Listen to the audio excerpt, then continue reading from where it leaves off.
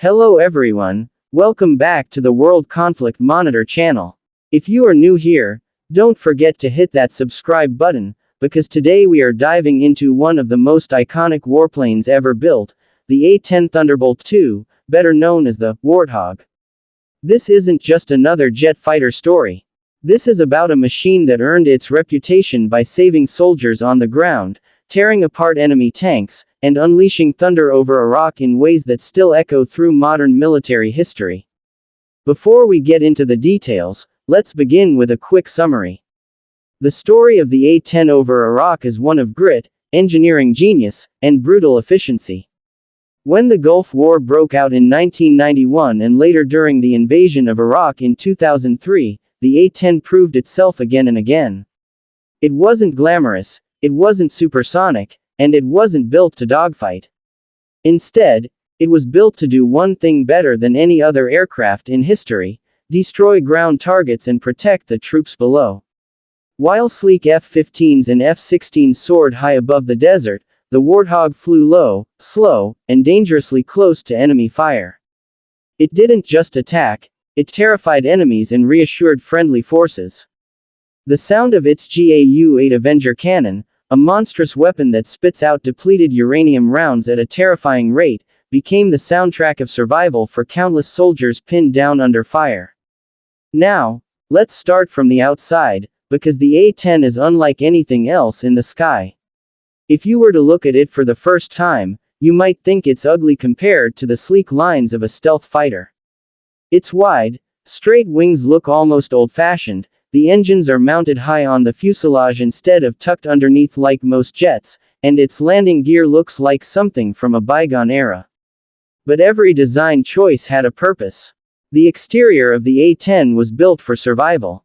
Those straight wings allowed it to maneuver at low speeds, hugging the ground and flying low enough to pick off enemy tanks hiding in deserts or cities. The engines, placed high and separated, made it harder for heat-seeking missiles to lock on, and if one engine was hit, the other could still keep the aircraft flying. The twin tails gave it extra stability, especially when flying damaged. Even the landing gear was designed so that the plane could land on rough desert airstrips if necessary.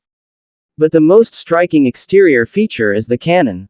Right at the nose of the plane is the GAU-8 Avenger, a 7-barrel Gatling gun that is literally the centerpiece of the aircraft.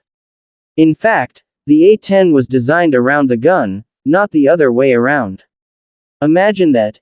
An aircraft created to carry the largest flying cannon in the world. When that gun fires, it roars with a deep, BRRRRT, sound that rattles the ground.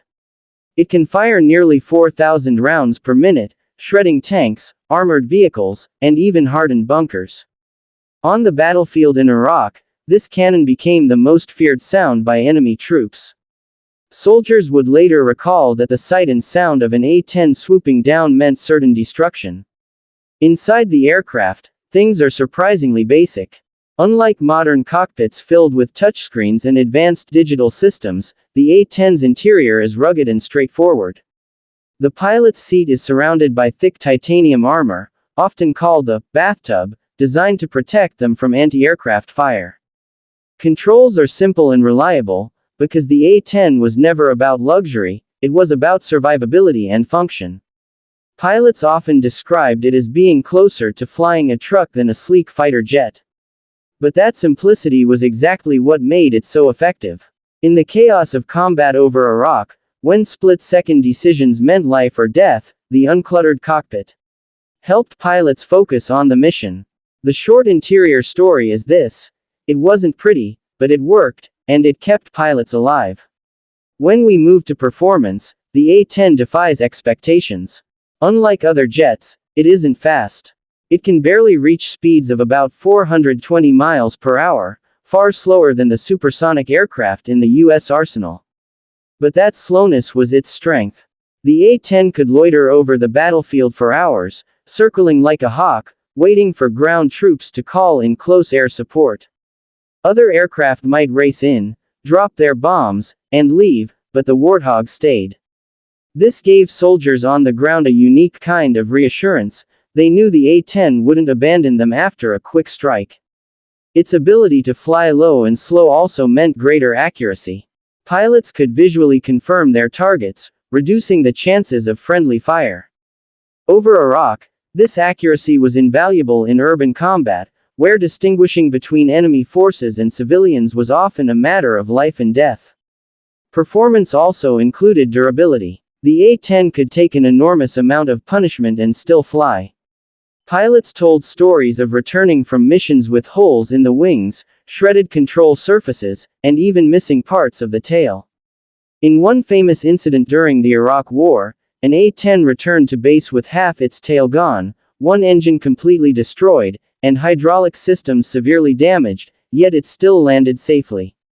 This toughness was not an accident. The A-10 was engineered to absorb damage. Its redundant systems, armored cockpit, and rugged construction made it the closest thing to a flying tank. Safety features were everywhere in the design. The titanium armor around the pilot wasn't just a gimmick, it could withstand direct hits from armor-piercing rounds. The fuel tanks were self-sealing, reducing the risk of catastrophic fires if struck. The landing gear extended outward, making emergency landings less deadly. And the plane was deliberately designed to fly even if much of it was destroyed. In Iraq, this meant that pilots could fly low into dangerous zones, knowing their aircraft gave them the best chance of surviving enemy fire. For the soldiers on the ground, this was just as important. They needed pilots willing to fly into the teeth of danger, and only the A-10 allowed that level of confidence. What truly set the A-10 apart, though, were its unique selling points. First and foremost, the cannon. No other aircraft in the world had a weapon like the GAU-8 Avenger, and in the deserts of Iraq, this meant devastating firepower against Saddam Hussein's armored divisions. Second, endurance. The A-10's ability to stay over the battlefield for hours made it indispensable for close air support.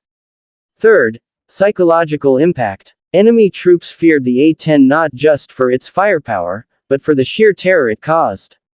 When an A-10 appeared in the skies over Iraq, morale among enemy forces collapsed, while American and coalition troops felt a surge of confidence.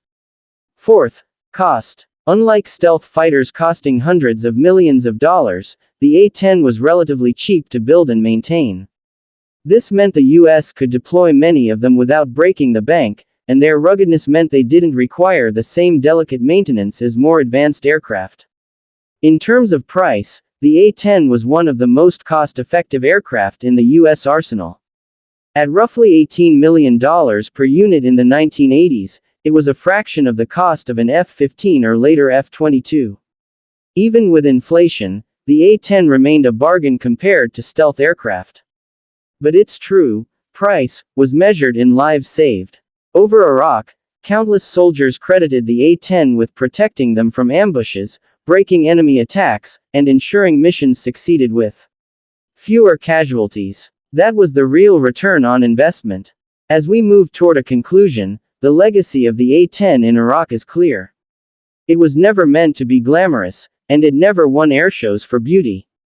But in the heat of battle, it was unmatched.